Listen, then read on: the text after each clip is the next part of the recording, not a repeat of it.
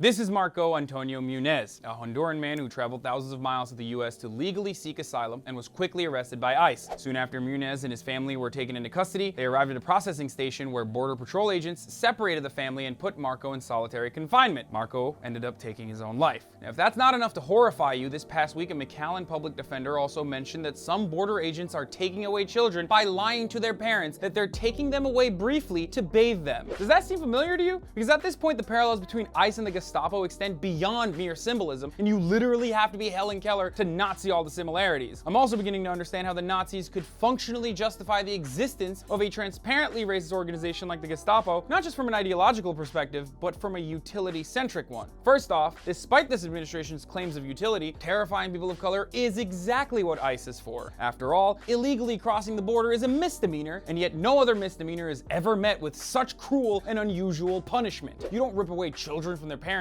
who shoplift or trespass, just like no other criminal group experiences this unique level of dehumanization. They're rapists. These are animals. And the Trump administration has quadrupled down on this fear-mongering, using myths and unsubstantiated claims to depict ICE as a vital tool for protecting the United States. Claims such as, they're taking your jobs and you better be careful. Even though, with 3.8% unemployment just announced and another all-time record low, which doesn't make sense with increasing immigration, does it? Or just another straight-up lie surrounding immigration and welfare, like, why would you want to bring people who are immediately dependent on welfare when they get here? Even though undocumented immigrants can't use social programs outside of emergency rooms, and they actually pay back billions in taxes and contribute to Social Security despite never being able to collect it while doing jobs others wouldn't. Also, deportations getting crueler hasn't exactly made your life any better, has it? So this is why ICE is purely a weaponization of reactionary nativist sentiment through a government agency that hires mall cop rejects to break up families, harass immigrants exclusively to provide comfort for white people who feel wronged by a brown person speaking out of turn, or because your grandpa is worried everyone around him at his local Ralph's is now speaking Spanish. And ICE is happy to oblige by literally trying to arrest people for speaking Spanish. Ma'am, the reason I asked you for your ID is because I came in here and I saw that you guys are speaking Spanish, which is very unheard of up here. Or by detaining activists, or by detaining journalists, or people making pizza deliveries, children with cerebral palsy, and even lying about the gang affiliations of legal dreamers while trying to deport them. There were 16 other federal intelligence agencies tasked with stopping crime way before ICE when it was founded 15 years ago. This is just another government expansion program that fiscal austerity Republicans hypocritically choose to overlook because it gives them a sense of security that they still maintain some form of supremacy in this country.